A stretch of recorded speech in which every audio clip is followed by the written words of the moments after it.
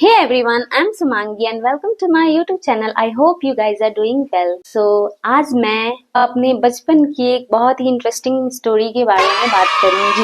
मैं आपको मेरे बारे में बताऊंगी कि मैं कितनी ज्यादा बदमाश थी। वैसे तो मैं थी सीधी सादी ही, लेकिन मैं थोड़ी बोलते हैं ना खुराफाती वाला काम बहुत ज्यादा करती थी। मैं हर चीज सीखने के लिए, जानने के लिए एकदम क्यूरियस रहती थी।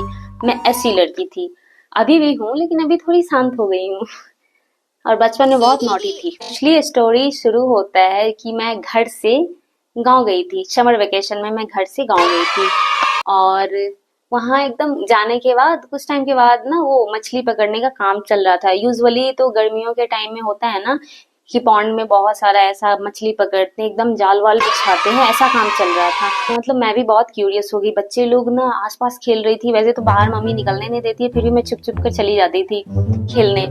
और उसके बाद पता चला कि ऐसा मछली पकड़ने का काम चल रहा है, तो मैं भी कम थोड़ी ना, मैं तो एकदम ये सब काम करने के लिए तो मैं एकदम क्यूरियस रहती हूँ और एक्साइटेड बहुत रहती हूँ। तो मैं भी क्या की छुप छुपा के मम्मी से पास के नेबर के बच्चों के साथ मैं चली गई। तो मैं बच्चों के साथ चली तो गई। उसके बाद में मजा आ रहा था बहुत। एक्चुअली मजा आता है ये सब काम देखने। अगर आप लोग गांव से होगे तो आप लोगों को पता होगा कि कितना ज्यादा मजा आता है ये सब काम करने में। ये सब मतलब ये सब, और मैं तो हमेशा रहती नहीं हूँ ना, तो मुझे एकदम बहुत ज्यादा एक्साइटेड रहती थी और मुझे लगता था कि हाँ बाद में तो कुछ होगा नहीं, मम्मी कुछ कर नहीं पाएगी क्योंकि दादी रहती है गांव में, दादी बचा लेंगी। पर ऐसा कुछ नहीं होता है, मम्मी छोड़ती नहीं है, अच्छे से कूट देती है।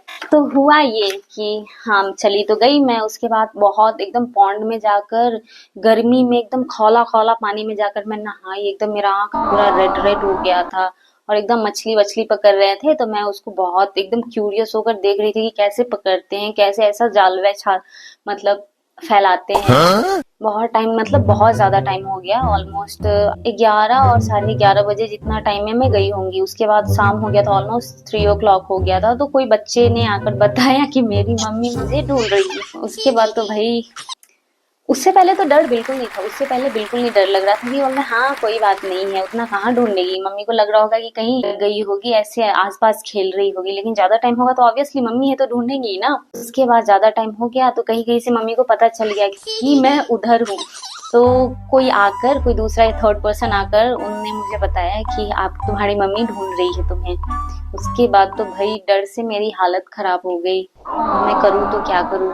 और उसके बाद तो उसके थोड़ी देर बाद मैं भी जिसके साथ गई थी, जिस बच्चों के साथ गई थी मैं, तो जिस बच्चे लोग के साथ मैं गई थी उसके साथ ही गई, लेकिन मैं किसी और के घर चली गई और उसके घर में जाकर छुप गई थी। मम्मी ढूंढते ढूंढते ढूंढते ढूंढते उधर गई और उसके बाद वहां से मुझे पकड़ के लेकर आई। और एक तो गई थी वहां पकड़ने, तो वहां भी थोड़ी बहुत कुटाई हुई थी। उसके बाद तो बहुत कुटाई हुई है मेरी, बता नहीं सकती। उसके बाद मेरी तबीयत भी खराब हो गई।